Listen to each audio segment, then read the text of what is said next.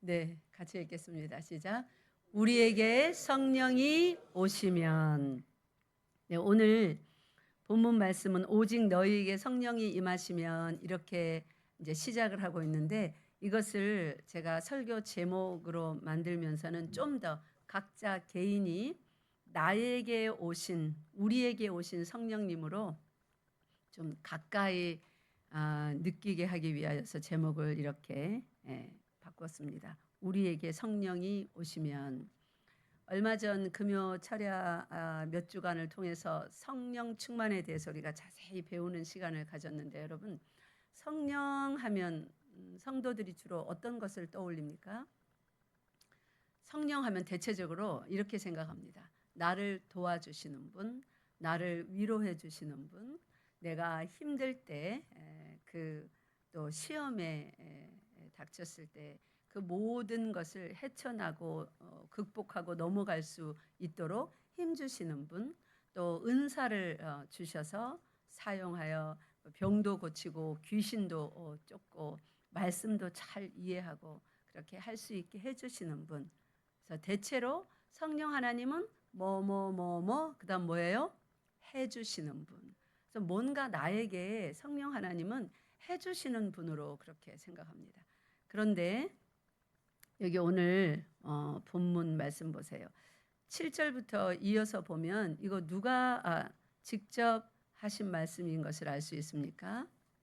예, 예수님의 제자들이 예수님이 이제 승천하시기 직전인데 아직 땅에 두 발을 딛고 부활의 몸으로 서서 그들과 같은 위치에서 지금 뭔가 대화를 하셨는데, 주께서 이 나라를 회복하심이 이때니까 이제 아직도 제자들은 독립의 꿈을 버리지 못했어요. 로마를 물리치는.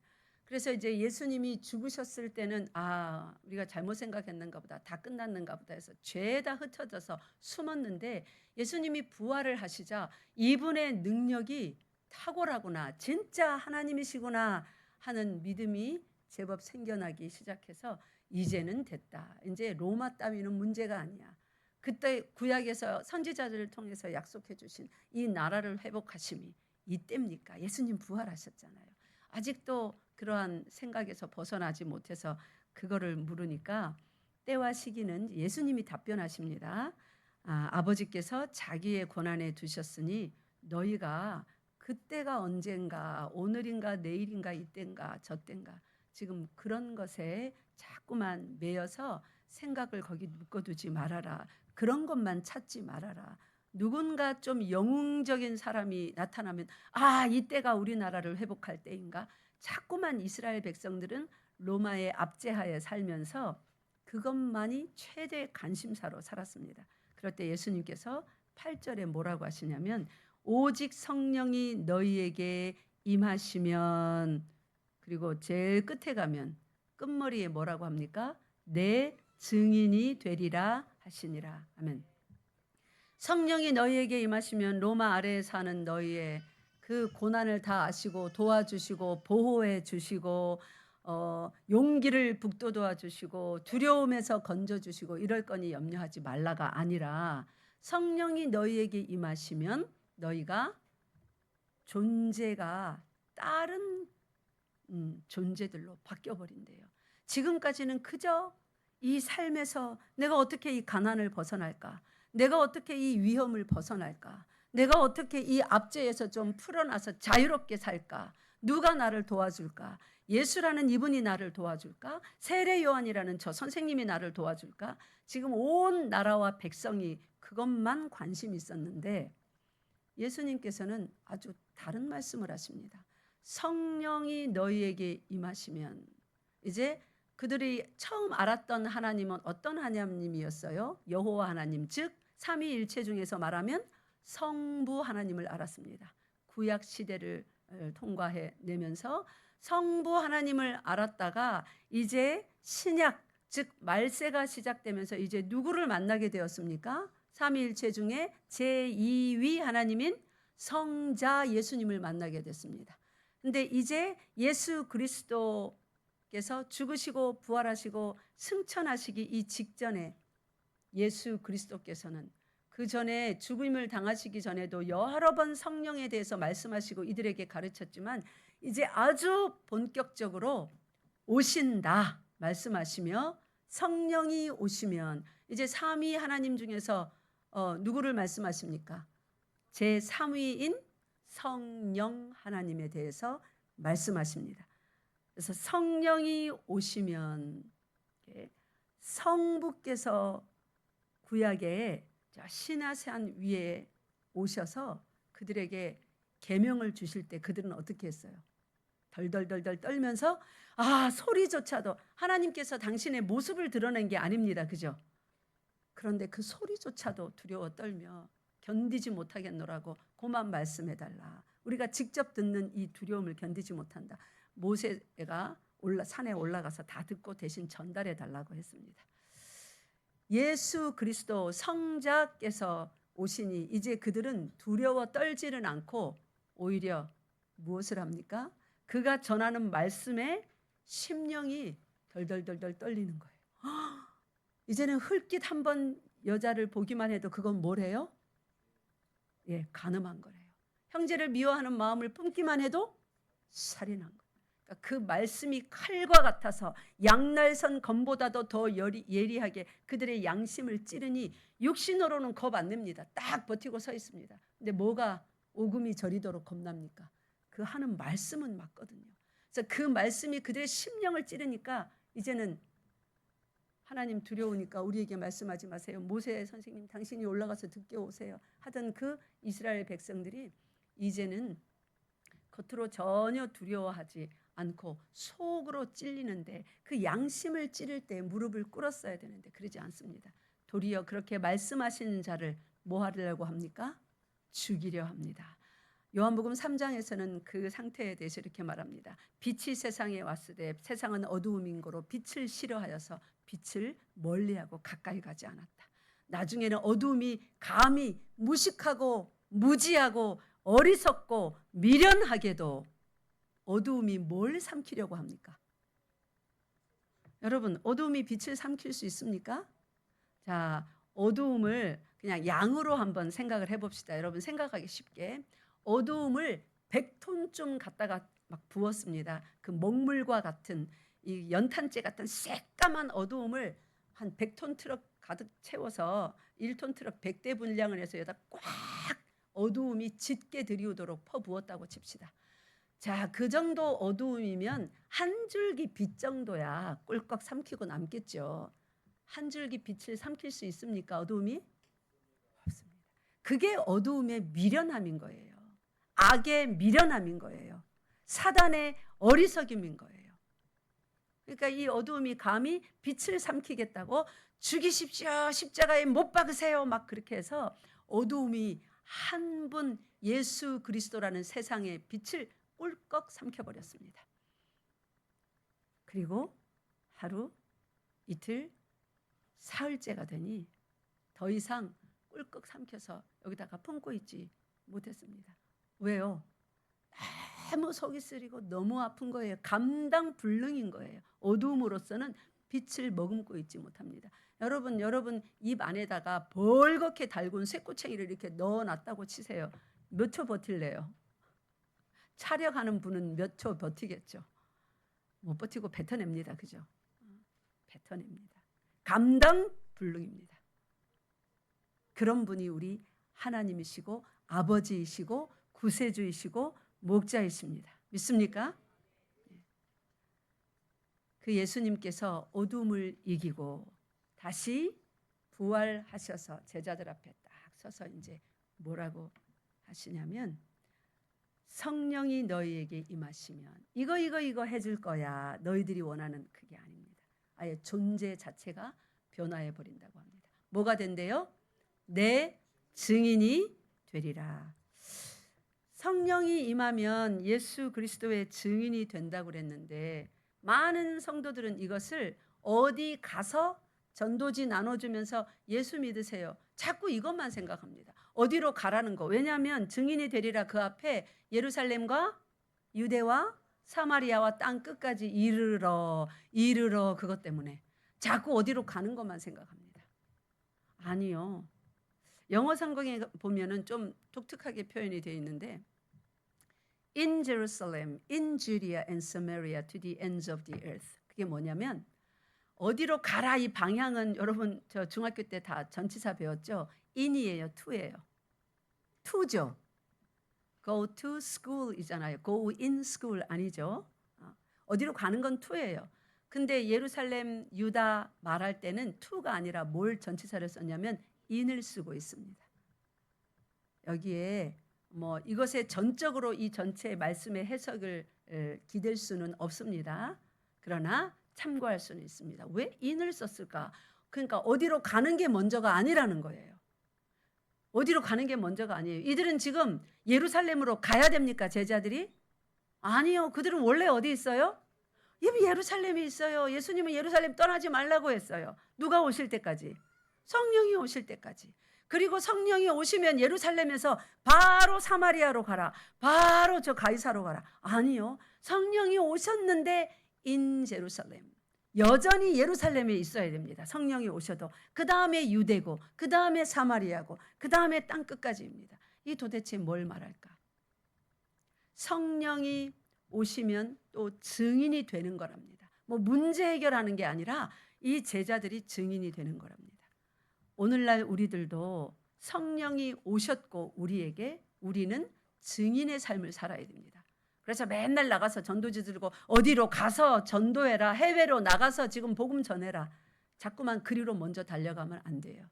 그 전에 이 말씀 자체가 성령이 너희에게 오시면 내 증인이 될 거다. 너희들은 그게 무슨 말씀인지 먼저 이해하고 그 삶을 살아서 그 복음이 세상 끝까지 가도록 우리가 통로가 되어야 됩니다. 오늘 말씀 잘 들으시고 이 말씀 앞에서 여러분의 모습이 지금 여러분의 신앙 주소가 어딘지 잘 확인하시는 시간 되시기 바랍니다.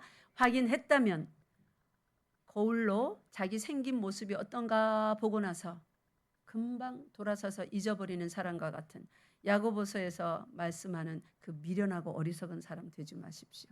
거울로 자기 생긴 모습을 확인했으면 그 다음 어떻게 해야 될까요?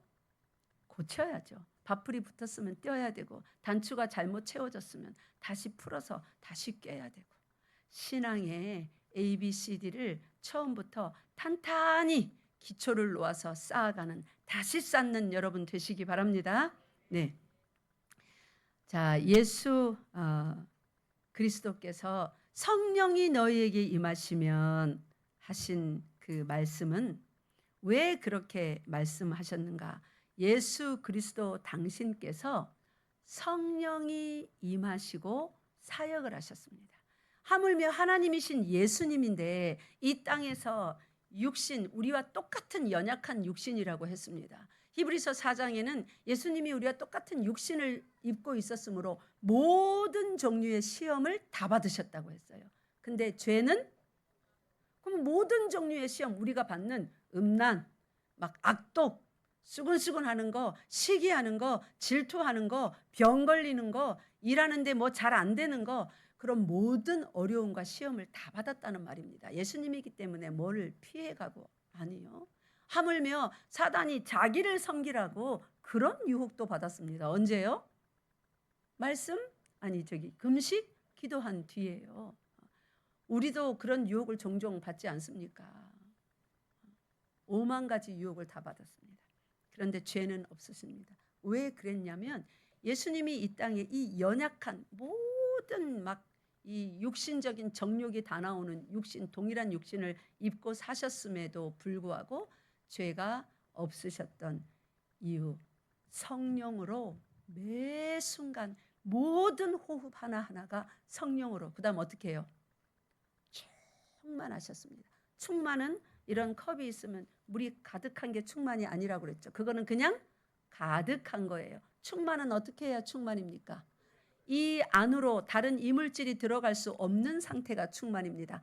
어떻게 하면 이물질이 못 들어갈까요? 여기서 철철철철 흘러 넘쳐서 물의 방향이 안에서 밖으로 흐르면 밖에서 뭐가 못 들어갑니다. 들어가려고 집어넣어도 만약에 마귀가 가라지를 뿌려도 여기서 계속 흘러 넘치고 있으면 들어갑니까? 아니요. 뿌리는데 바로 슉 미끄러져서 밖으로 떨어집니다. 이런 것을 충만이라고 합니다. 예수께서는 성령으로 충만하여서 항상 하나님께서 기뻐하시는 그 일만 행했다고 요한복음에서 기록하고 있습니다. 예수님께서는 누가복음 4장 1절 펴보세요. 누가복음, 사도행전은 누가복음을 쓴 저자와 동일한 저자입니다. 누구예요? 예. 그래서 누가복음과 사도행전을 여러분 성경 혹시 통독하실 때 있으면 누가복음, 요한복음, 사도행전 이렇게 읽지 말고 누가복음 읽고 나면 바로 사도행전으로 넘어가서 연결해서 읽어보세요. 상당히 재미가 있습니다. 그렇게 읽으면 누가복음과 연결된 성경 말씀입니다. 4장 1절 읽겠습니다. 시작. 예수께서 성령의 충만함을 입어 요단강에서 돌아오사. 이거 뭐 어떻게 해서 성령의 충만함을 입어 요단강에서 돌아온 것입니까? 세례 그죠? 요단강에서 세례 받으셨죠. 그 다음에요. 40일 동안 성령에게 이끌리시며. 예수님은 이렇게 말씀 안 하셔도 원래 하나님이시니까 성삼위일체 하나님이라고 그러잖아요. 그죠? 분리될 수가 없어요. 근데 왜 성령의 충만함을 입어 마치 세례 받음으로 드디어 비로소 성령 충만을 입은 것처럼 이렇게 말씀하셨을까요? 성경 말씀은 누구에게 주신 거예요?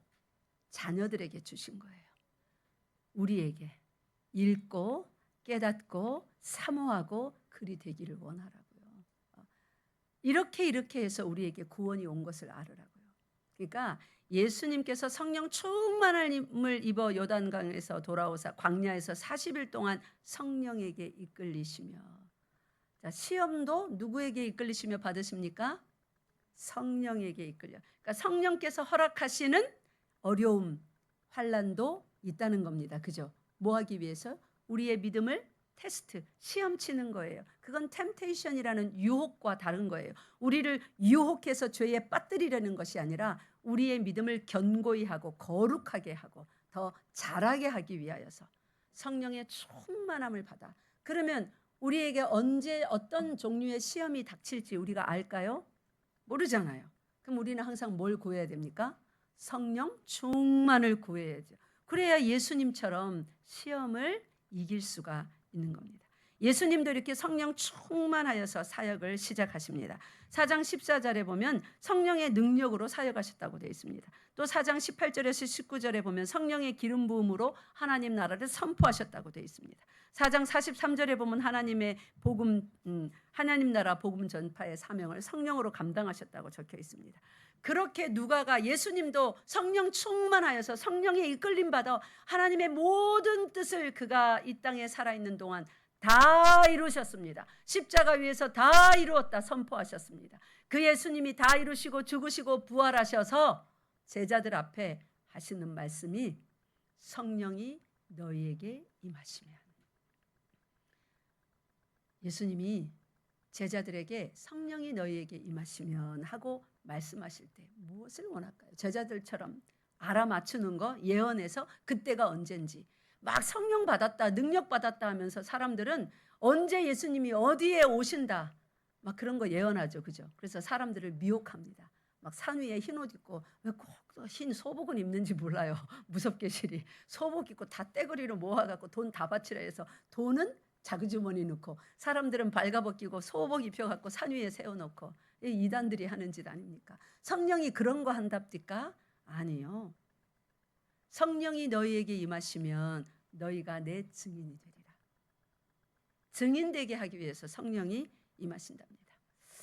예수님도 하나님 나라에서 하나님 나라가 실제하는 것임을, 하나님이 구약에 약속하신 모든 메시아에 관련된 예언이 거짓말이 아니라 사실임을 예수 그리스도를 보내셔서 증언하셨습니다. 증거하셨습니다. 이제 예수 그리스도로 말미암는 그 구원의 일에 대해서 예수님이 성령 충만하여서 증거하셨던 것처럼 이제는 누구를 보낸대요? 우리들을요. 교회를. 성령이 너희에게 오시면 너희가 내 증인 된다. 누구처럼? 누구처럼요? 따라하세요. 예수님처럼.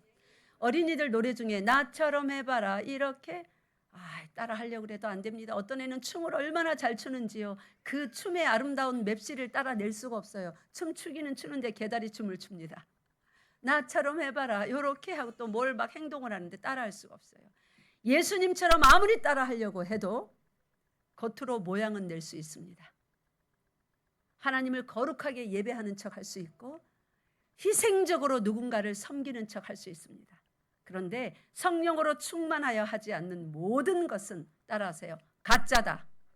가짜다. 끝까지 할 수 없다. 원망 없이 불평 없이 할 수 없다. 빌립보서에 가면 사도 바울이 말합니다. 교회 안에서 섬기고 뭐 착한 일하고 예배드리고 뭐 하는 거 다 좋은데 구제하고 다 좋은데 시비와 원망이 불평이 없이 하라. 그러면 시비와 원망과 불평이 교회 안에서 그런 일을 하면서 있었다는 말이에요? 없었다는 말이에요? 있었다는 말입니다. 왜 그럴까요? 따라서요. 성령으로 하지 아니하였기에.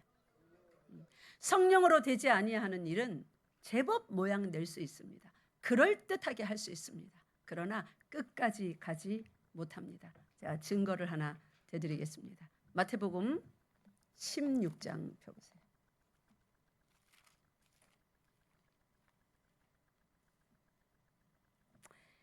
마태복음 16장 21절에 예수님께서 당신께서 예루살렘에 올라가 장로들, 대제사장들, 서기관들에게 많은 고난받고 죽임 당할 것을 말씀하셨습니다.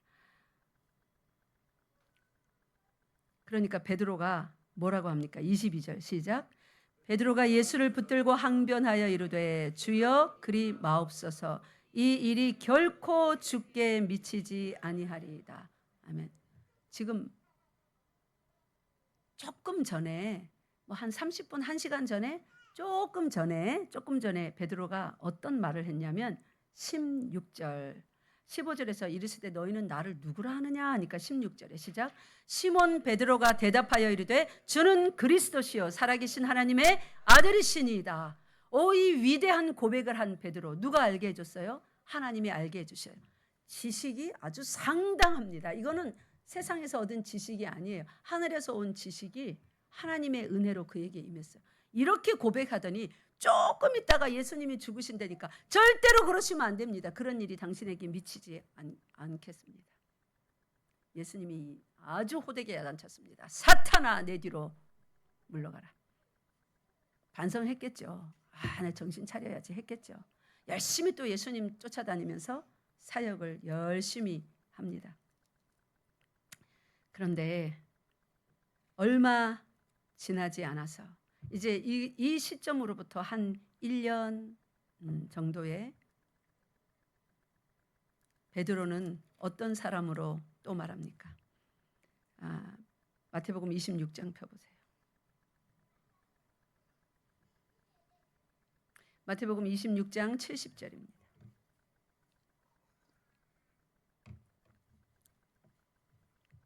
시작. 베드로가 모든 사람 앞에서 부인하여 이르되 나는 네가 무슨 말을 하는지 알지 못하겠노라 하며 무슨 말을 하는지 알지 못하겠다. 이 종이 무슨 말을 했는데요? 베드로한테 오더니 너도 갈릴리 사람 예수와 함께 있었도다. 뭔 말이야? 내가 언제 함께 있었다고? 네가 무슨 말 하는지는 도대체 모르겠네. 베드로가 입이 사실 세 개였던 거 아십니까?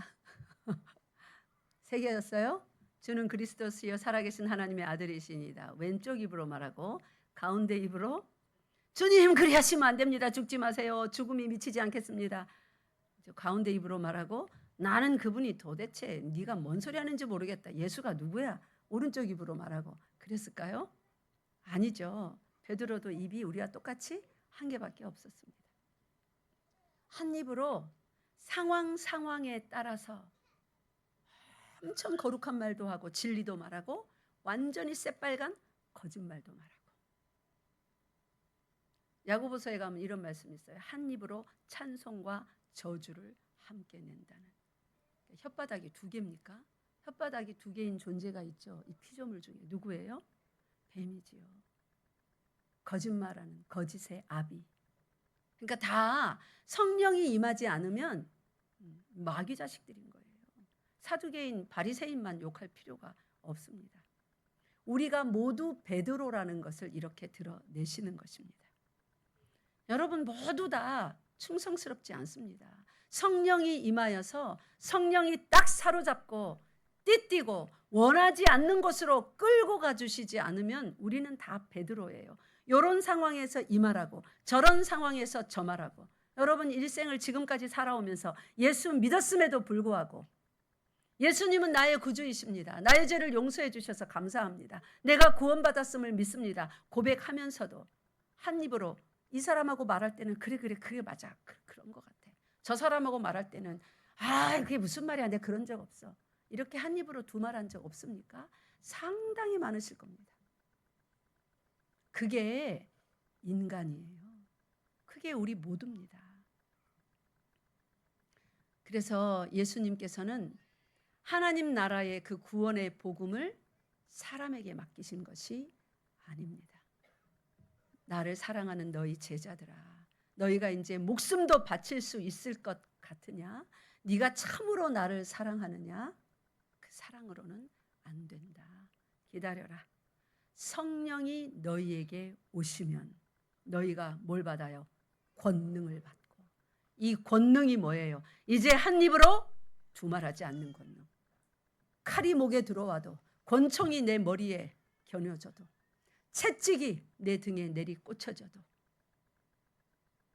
내 집안에 재앙 같은 일이 닥칠지라도 이제 내가 믿는 예수 그리스도를, 너도 갈릴리 사람이네, 너 그 교회에서 예배드리는 거 내가 봤는데 맞다, 내가 바로 그 사람이다.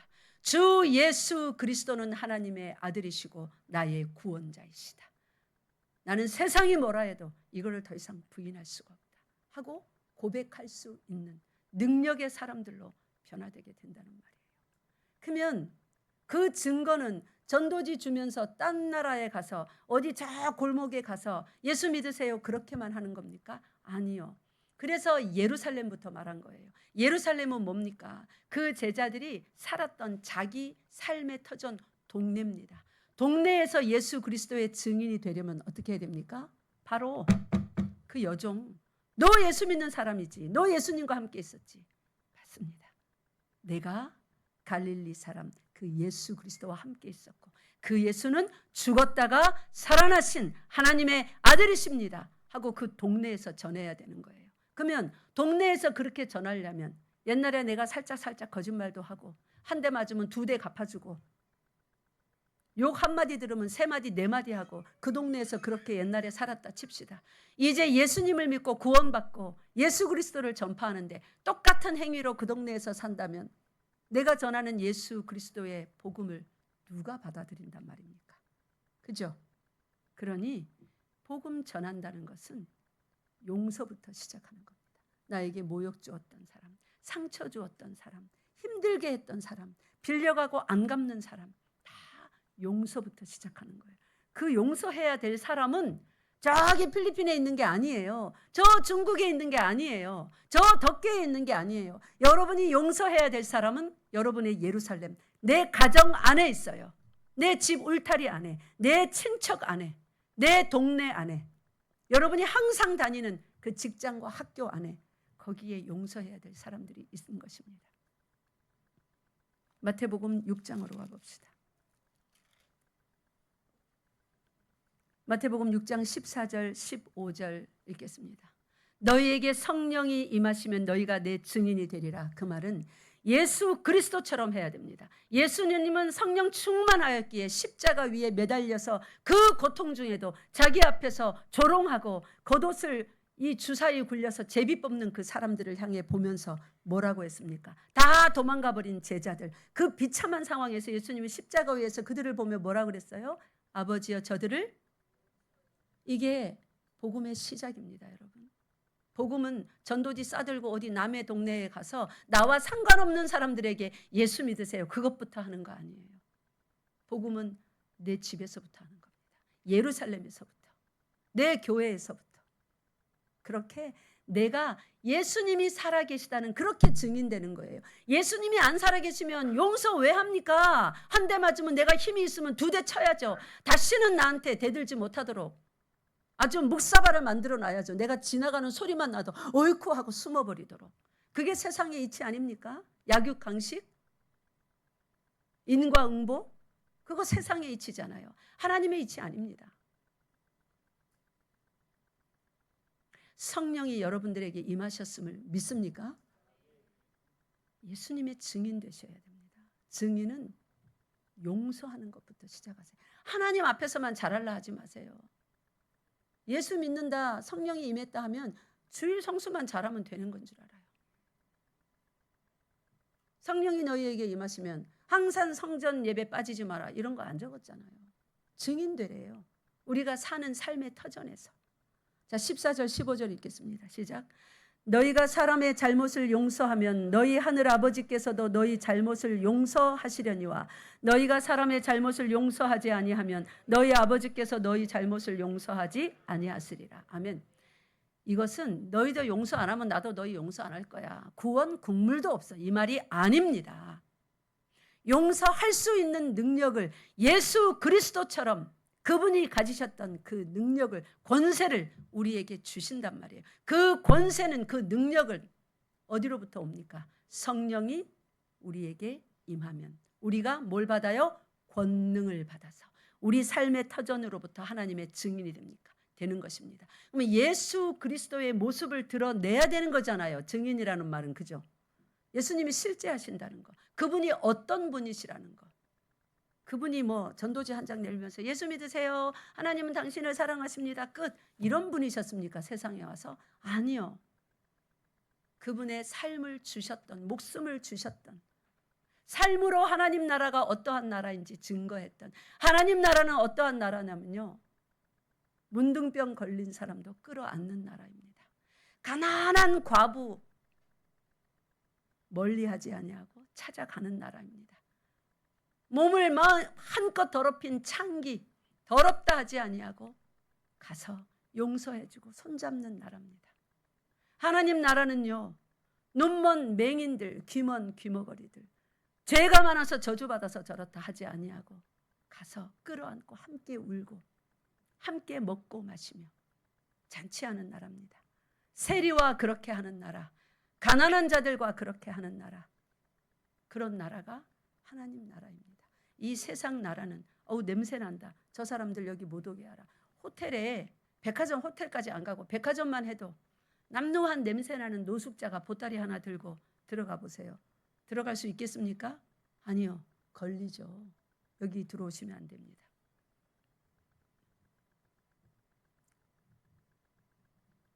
그래서 교회가, 저는 직접 그런 얘기를 들어봐서 알아요. 제가 목회하면서 진짜 지독한 냄새가 나는 사람이 남루하게 옷 입고, 목사님 어떻게 저 사람 우리 교회 들어오게 해도 돼요? 지금 예배 시간인데.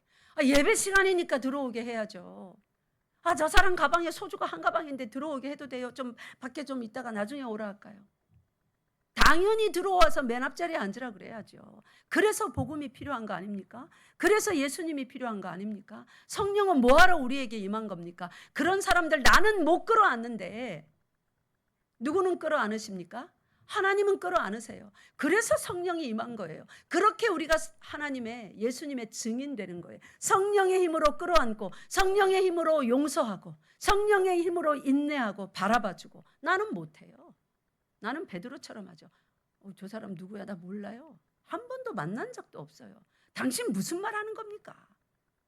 내가 진짜 그랬다면 내 손에 장을 지지세요. 우리 집 폭삭 망해도 좋습니다. 난 그런 적 없습니다. 그런 저주의 말로 막 맹세까지 하며 내 유익을 위하여서 상황별로 다른 말을 하는 것이 원래 우리 본성입니다.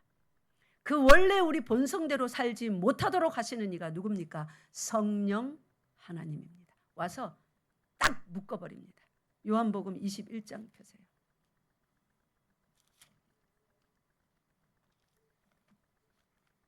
요한복음 21장 17절과 18절 두 절 읽겠습니다. 17절 18절 시작. 세 번째 이르시되 요한의 아들 시몬아 내가 나를 사랑하느냐 하시니 주께서 세 번째 내가 나를 사랑하느냐 하심으로 베드로가 근심하여 이르되 주님 모든 것을 아시오매 내가 주님을 사랑하는 줄을 주님께서 아시나이다. 예수께서 이르시되 내 양을 먹이라. 내가 진실로 진실로 내게 이르노니 네가 젊어서는 스스로 띠띠고 원하는 곳으로 다녔거니와 늙어서는 내 팔을 벌리리니 남이 내게 띠띠우고 원하지 아니하는 곳으로 데려가리라. 아멘. 실제적으로 베드로가 이제 나이도 들어서 사도로서 사역하게 됐지만 이거는 육신의 나이만 말하는 것이 아니라 예수 안에서 성령을 받음으로 성숙했다는 그 모습입니다. 성숙한 자들은 이제 더 이상 자기 육신대로 살지 않습니다. 하나님께서 오셔서 성령으로 임하셔서 우리에게 권능을, 즉 힘을 주십니다. 어떠한 상황 앞에서도 예수님을 부인하지 않을 수 있도록, 그리고 많은 사람들에게 내가 예수님의 증인이 되는데 내 삶으로 말하는 것이 달라집니다. 어떻게 보느냐가 달라집니다. 꼭 안 좋은 것만 봐요. 아무리 좋게 해도 안 좋은 것만 탁 빼가지고 이러고 이러더라 험담하는 사람이었는데 이제는 100가지 안 좋은 것이 있어도 한 가지 조금 좋은 것이 있으면 그냥 그것만 보고 칭찬을 막 해서 칭찬으로 그 사람의 죄를 다 가리워주고 죄를 위하여서는 혼자 조용히 중보기도 하고 뭐 이런 사람으로 변해버리는 거예요. 성령이 임하면 그렇게 됩니다. 듣는 방식이 달라집니다. 마음 먹는 방식이 달라집니다. 삶의 모든 모습이 완전히 달라집니다. 누구처럼 달라집니까? 예수 그리스도처럼. 그래서 한 사람의 작은 예수들로 이곳저곳을 다니는 거예요. 내 집안을 걸어 다니고 우리 동네를 걸어 다니고 교회에 다니고 그러면서 저 외국까지 가서 복음을 전하는 것입니다. 그것이 성령이 임하면 성령을 받은 모든 사람들에게 일어나는 그런 증거들입니다. 남이 내게 띠띠우고. 그러니까 여러분 모두는 이제 여러분 원래 육신대로 살면 안 되는 거예요. 그 큰 죄입니다. 옛날에 말하던 방식 그대로 아직도 말하고 있습니까? 성령님이 임해서 예수는 믿었는데 성령님이 활동하지 못하게 여러분의 정욕으로 성령을 막 막고 있는 거예요. 성령이 힘이 없어서 막혀 있는 게 아닙니다. 성령이 거기가 너무 더러워서 활동하시지 않습니다. 그럴 수도 있나요? 그럴 수 있어요. 이사야 59장 펴보세요.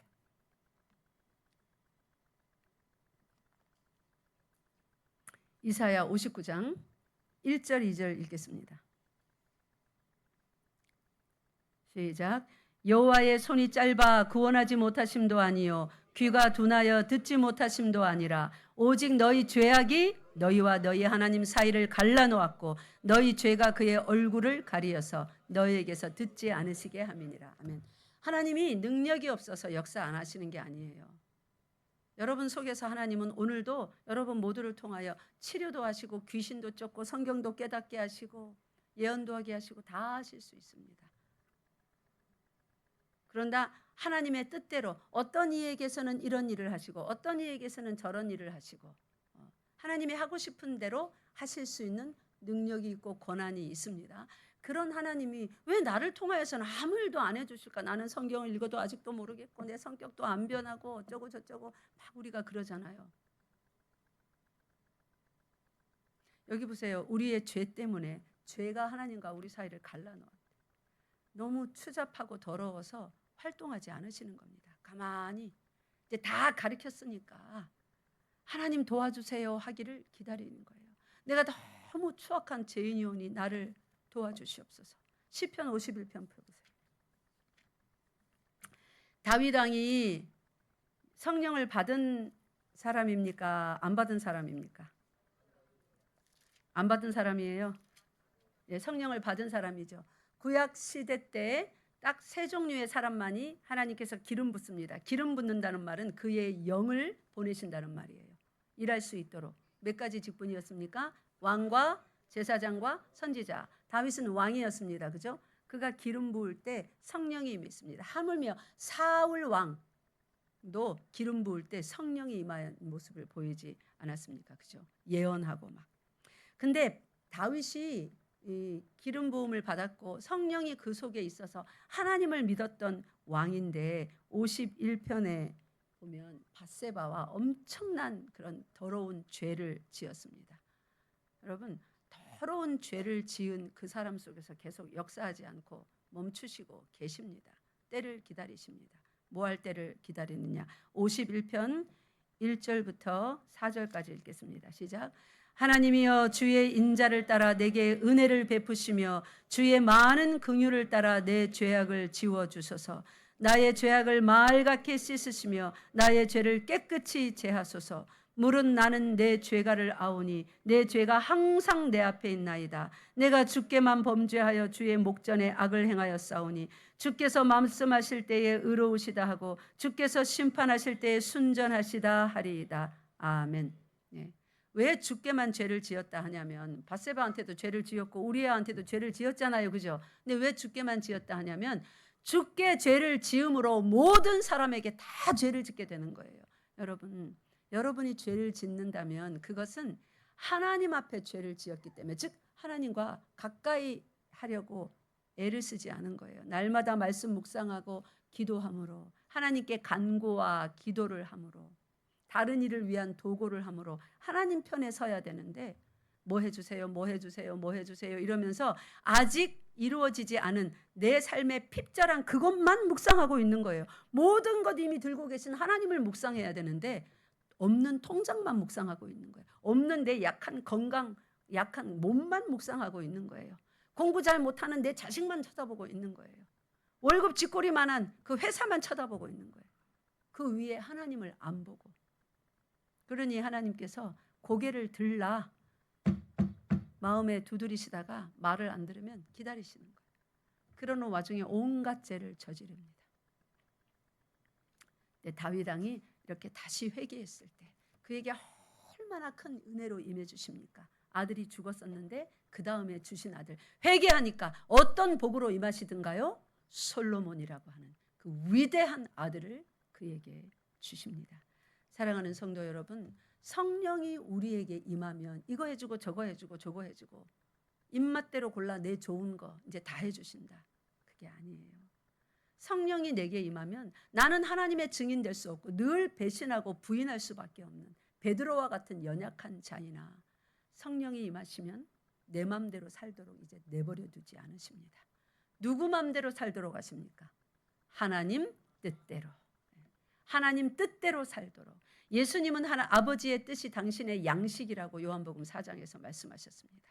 하나님의 뜻을 우리의 양식 삼아 살도록. 그래서 육신의 양식이 부족할 때, 돈 떨어졌을 때 근심하지 않게 됩니다. 하나님의 뜻은 우리에게 떨어지지 않거든요. 늘 풍족하게 그분의 뜻이 와 있고 내가 다 이루지 못하여서 허겁지겁 먹어야 될 정도로 많이 와 있거든요. 그러니까 나는 양식이 풍성한 사람이라 육신의 양식 떨어지는 걸로 고민하지 않습니다.